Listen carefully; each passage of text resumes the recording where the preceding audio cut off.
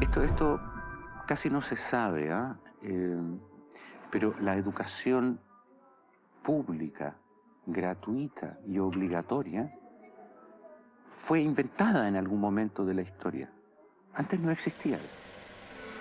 La educación en la antigüedad distaba mucho de lo que hoy entendemos por educación. En Atenas clásica, por ejemplo, no había escuelas. Las primeras academias de Platón eran espacios de reflexión, conversación y experimentación libre. La instrucción obligatoria era cosa de esclavos.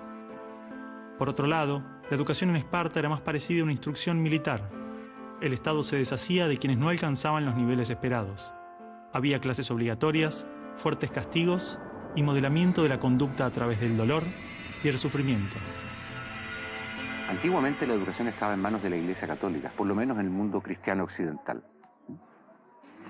Y fue recién en el siglo XVIII, en una época de la historia que se llama despotismo ilustrado, seguramente lo escucharon en el colegio, en donde se creó el concepto de educación pública, gratuita y obligatoria. La escuela como la conocemos nace a fines del siglo XVIII y principios del siglo XIX en Prusia.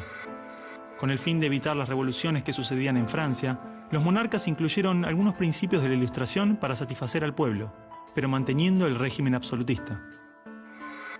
La escuela prusiana se basaba en una fuerte división de clases y castas. Su estructura, heredera del modelo espartano, fomentaba la disciplina, la obediencia y el régimen autoritario.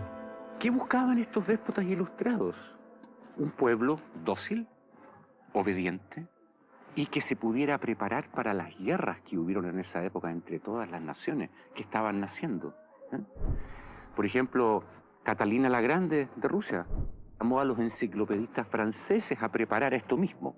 Diderot, uno de los más famosos, estuvo allí para armar este paquete, ¿sí?, formador, no de ciudadanos, sino que de obedientes súbditos de estos estados.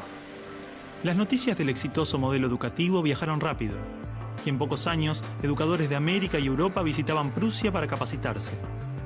Con el paso del tiempo, el modelo se expandió a nivel internacional.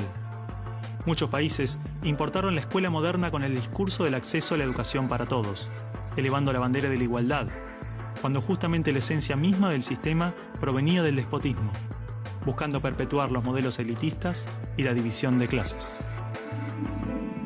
Ese es el origen de la educación pública. Fíjense ustedes que Napoleón, un poco posterior, y enemigo jurado de todos estos déspotas, hizo lo mismo. Él lo decía con todas sus letras. Yo quiero formar un cuerpo docente para poder dirigir el parecer de los franceses. ¿Se entiende? Él lo tiene claro. Y eso opera, se sepa o no se sepa, hasta el día de hoy. La escuela nace en un mundo positivista regido por una economía industrial. Por lo tanto, busca obtener los mayores resultados observables con el menor esfuerzo e inversión posible, aplicando fórmulas científicas y leyes generales. La escuela era la respuesta ideal a la necesidad de trabajadores, y los mismos empresarios industriales del siglo XIX fueron quienes financiaron la escolarización obligatoria a través de sus fundaciones. ¿Dónde coloco los hijos de estas personas para que puedan trabajar? ¿Cómo educamos en que aprendan a leer? ¿Cómo creamos obreros inteligentes?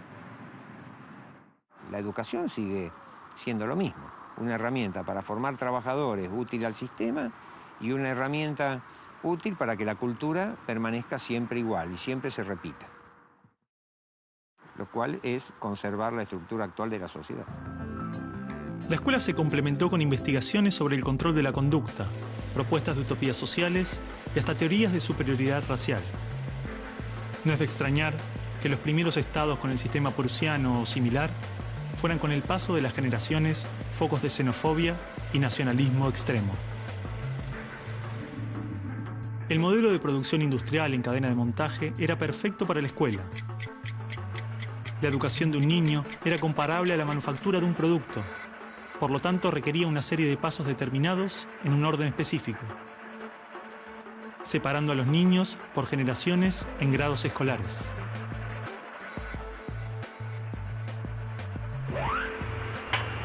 Y en cada una de estas etapas trabajaría sobre determinados elementos, contenidos que asegurarían el éxito, pensados minuciosamente por un experto.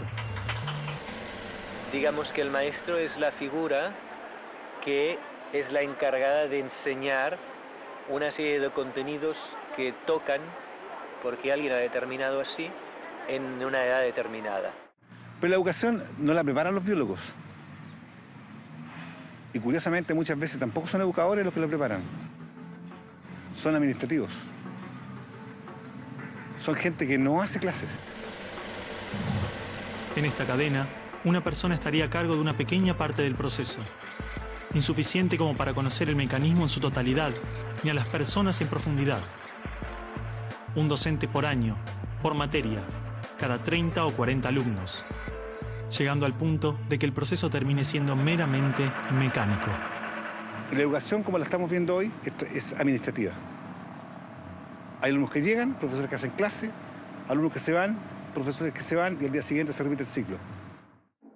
Un profesor estatal es un funcionario en que la autoridad le dice: usted tiene que enseñar esto, esto, esto y de esta forma. Porque hay que repetírselo a demasiados niños, con un profesor de demasiadas horas de clase y con pocas horas de atención de alumnos en forma privada. Entonces va a dirigir siempre a un grupo colectivo. Porque evidentemente si tengo 30 niños, no puedo pretender que todos los 30 niños quieran hacer lo mismo al mismo tiempo.